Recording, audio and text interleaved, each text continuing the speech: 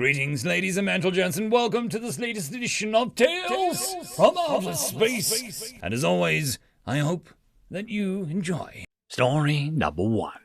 Always Ready. Written, Hylian Hero 71. Those creatures from Sol 3, or humans as they called themselves, were rather short-sighted. Zentar thought so, at least, as he observed the strange mammals marching down the street below his balcony, marching towards the planetary capital.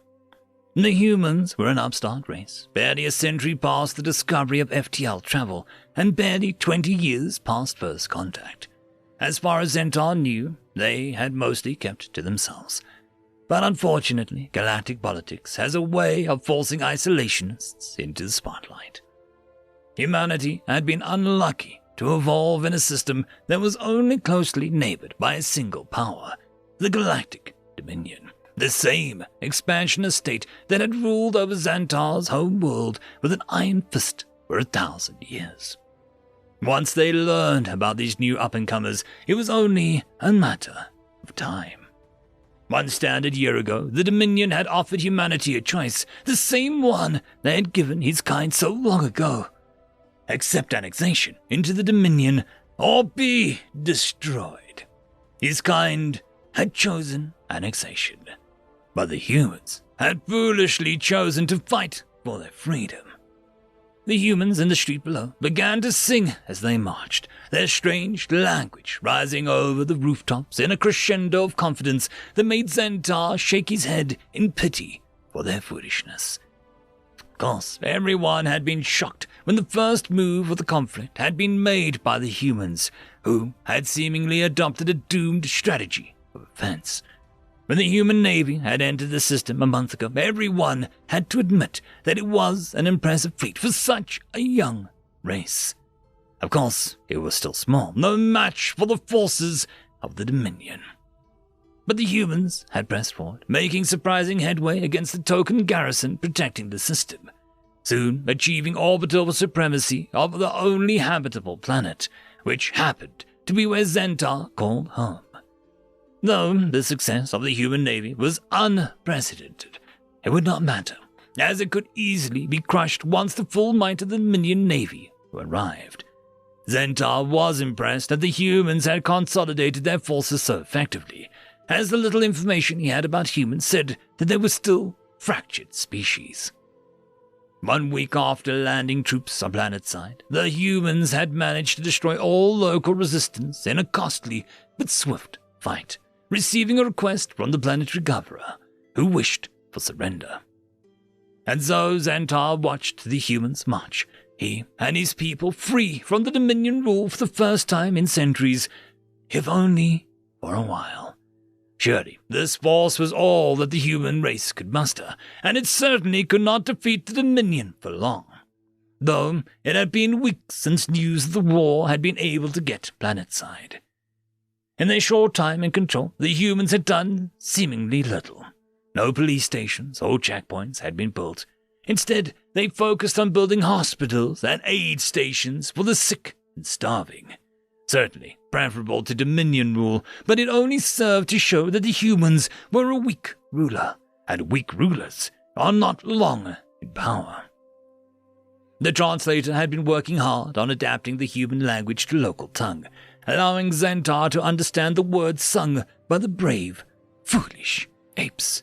Words declaring a willingness to protect lives and remembrance of names old. It sounded nothing like a proper military marching song, and certainly didn't seem to help the fact that the apparently combined forces of their entire species had only taken a single system. But in the song was a few words that the translator simply gave an error message for, unable to locate the meaning of them. It gave a few possibilities, ranging from a declaration of victory to a good luck slogan. Whatever it meant, words alone could not help humanity's navy if this fleet was all that they could muster. In spite of this inevitability, the hours became days, and he and others began to wonder why it was taking so long for the rest of the Dominion navy to respond. All this time, those strange words echoed in his mind. Semper Paratus. End of story. Story number 2. We're All a Little Broken, written by Jeremiah Hellwolder. For the last 2 weeks, I worked as a doctor for a human mining colony named New Slough. When I first received the job from my superiors at our medical company, I believed that my job would be very simple. The human biology was not very complex or hard to deal with compared to the horrors that I had to deal with on some other planets. 2 days after I left home, my shuttle arrived in New Slough. The mining station was nothing impressive or out of the ordinary, so I very quickly took to my post. For any Lairians who are reading this, I would like to point out that our physiology dictates that we must always fix whatever problem that we've been given to solve, at any cost. The humans apparently think that this is a problem, and they talk about us having a disorder or something. But I think that they're just jealous of our determination. Because our protocol, when a doctor arrives at a new workplace, he has to make sure that every worker is in full health and ready to work. After I set up my medical equipment, I quickly asked the leader of this mining operation, a human named Meg, to gather all his co-workers in my office for inspection. After all the humans lined up in front of my office door, I took the first human in. The human appeared to be larger than the other workers and had a lot of hair at his head. I assumed that such a mighty human would certainly be in full health, but I was very wrong. There were at least 260 points of damage across his body. Nearly all of his internal organs were damaged, and there was even a chemical spill shaped like a humanoid female on one of his arms. I quickly told him to rest on the medical bed until I could take care of him, but to my surprise, he refused, thanked me for my work, and despite all the damage across his body, just walked out from the front door. For the next 2 hours, I examined 243 humans, and they had on average 192 points of damage for each body, and not even a single one asked for medical attention. I'd never seen such high damage count in my 200-year career before. Not even the 7-Planet War had such damage rates. As I was sitting in my office trying to understand if my medical machines were broken, Mike entered the office for his checkup. I immediately ran my scanners over his body, showing the 457 damage points and broken bits inside of him. But just like everyone else, he said thank you and tried to leave the office.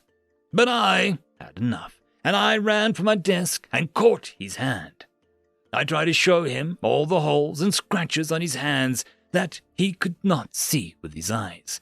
Using my equipment, I showed him all the damage, but he just shrugged and said that those all had happened long ago when he used to do nothing. I showed him the X-ray images of his internal organs and the damage they had, but he told me that he was just a little old, and like everyone else, he left. It is impossible for another species to survive so many small wounds. Most of them were healed, but still left marks. The next 13 days were a nightmare. I kept scanning the workers as they operated machinery and kept trying to get them to come to my office, but they refused. Yesterday, Miek called me into his office overlooking the entire operation inside the colony. He told me that humans were used to having tiny holes and scratches in them, and that I didn't need to worry about every little thing. But the pain inflicted upon me for not fixing what is broken was too much. On my final day on that station, as the humans said, I went nuts. While the humans were having their usual resting time when the sun was down, I kidnapped one of the humans and brought him into my office. He resisted, but in the end, I managed to fix 95% of the human's wounds and let him go. He ran to Miek, who, as galactic law dictated, arrested me for kidnapping and disfiguring. As I suspected, Miek was not too happy about what I did, and the man I helped had to go to a mind doctor. I was let go from my holding cell inside the colony because of my species' mental issues. but Make still fired me from New Slaw. As I am writing these words on my Galactic Doctor's blog, my shuttle back home has already arrived. If a doctor who needs to work on human settlements in the near future is reading this, listen to my advice. Humans don't need medical attention unless they are asking for it or are not capable of refusing it. They are all a little broken. Don't worry. End of story. The algorithm reckons you should be watching this video next, and I recommend that you should be always watching my video. So, click with energy! And yes, clicking that does help the channel. Thank you very much. I just want to quickly thank the T5 channel members and patrons. Alithia, Barky, Beauty Cure, Meridian 117, Cam Maxwell, Casper Arnholz, Albard and Gusta, Savage Patch Papa,